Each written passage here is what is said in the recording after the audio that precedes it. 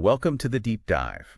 We're your shortcut to understanding the tech that's really reshaping things.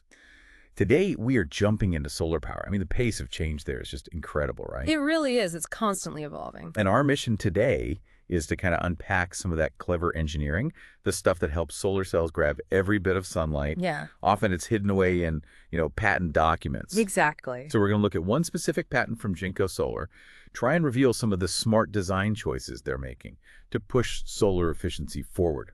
Yeah, and it's fascinating because, we see the big solar farms, the panels on roofs, but the real leaps often happen deep inside the cells at the microscopic level. Right. And even what seems like a tiny improvement, maybe a percentage point here or there in efficiency, it has this massive, massive impact when you scale it up globally. Absolutely. So patents like this one we're looking at, US 22502000079A1, they're like a window, really, into the cutting-edge thinking, what companies like Jinko Solar are working on. It's where you see the blueprints for the next generation of energy tech, quietly being designed. So let's get into it.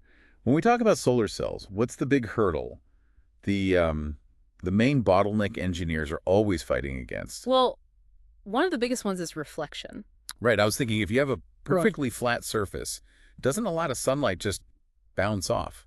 How do you even get around that? That's precisely the problem. Think of like a mirror or even just still water on a sunny day. You get that glare, right? Yes. That's reflected light, lost energy. So the core challenge this patent tackles is boosting the photoelectric conversion efficiency. Okay, so basically getting more electricity out of the sunlight that actually hits the panel. Exactly. Getting more bang for your buck, photonically speaking. Now, we already have some pretty advanced cell types out there. PERC is one people might have heard of. Right, PRC, TOPICON, HJT. I see those acronyms. Yeah, precisely. PERC is passivated emitter rear cell. HJT is heterojunction to a PIOCA IBC. They're all great technologies. They've pushed efficiency way up. But they still have limits. They do. They each have inherent limitations in, how much light they ultimately capture and convert.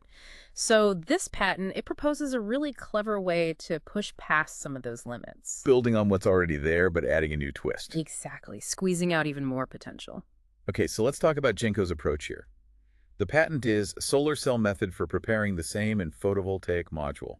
Applicant Jinko Solar Haining Ltd.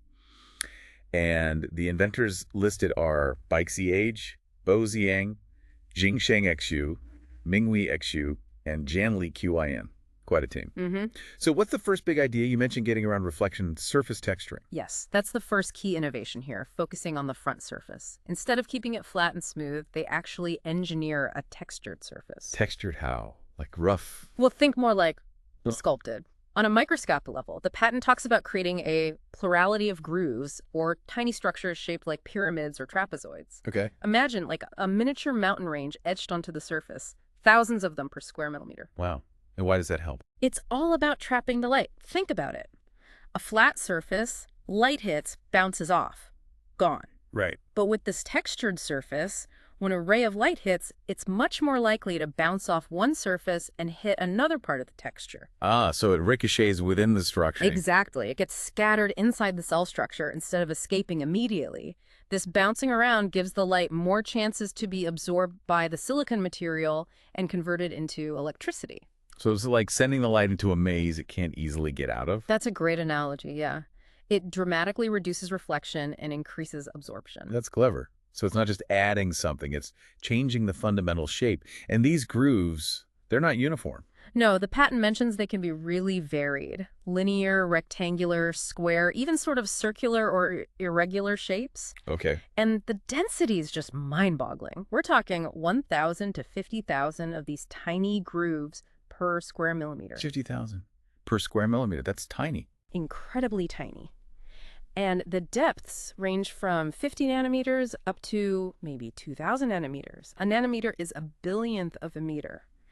It's really sculpting light at the nanoscale. Okay, so that handles getting more light in. But you mentioned conversion efficiency. Capturing the light is one thing, but then you've got to collect the energy, the electrons, right? Absolutely. That's the other half of the equation. Generating electrons is great, but you need to get them out efficiently. So what's the innovation on the back end of the cell? So the patent also details improvements to the rear surface. This is all about managing the flow of those electrons once they're generated. Like building a better highway for them. Exactly like that. They focus on two key layers, something called the passivation layer, and beneath that, a doped conductive layer. Okay, passivation. What does that do?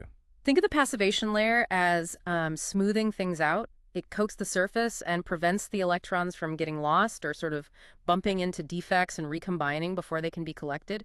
It calms the surface, electrically speaking. Okay, keeps them on track. Mm. And the doped layer. Right, so the doped conductive layer, that's where things get interesting. It's made of distinct first and second portions. These are doped with different elements, typically N-type and P-type. Meaning one has extra electrons, one has fewer. Precisely. And putting these different types next to each other creates an internal electric field. This field acts like a director, pushing the electrons and their counterparts, the holes, towards the contacts where they can be collected as current.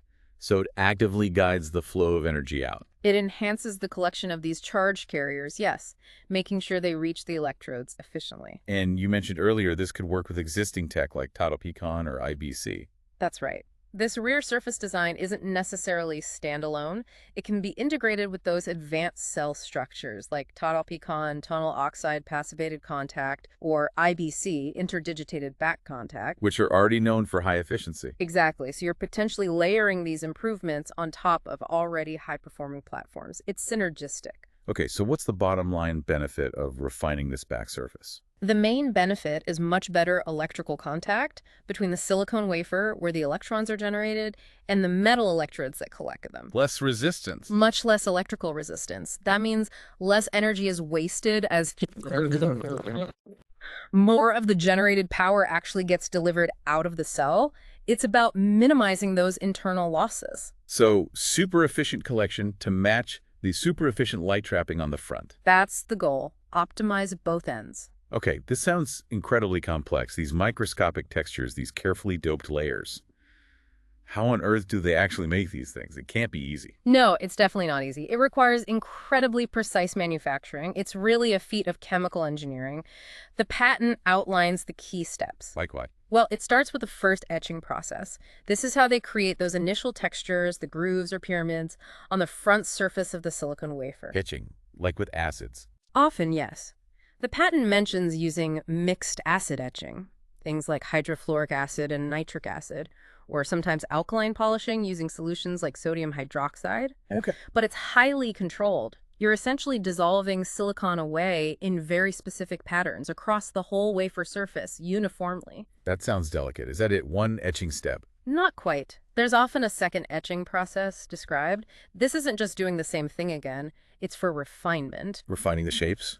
Refining the shapes, maybe smoothing certain areas, achieving the final desired morphology. It might use similar chemicals, but the patent emphasizes precise control over temperature and time. The conditions matter. Critically.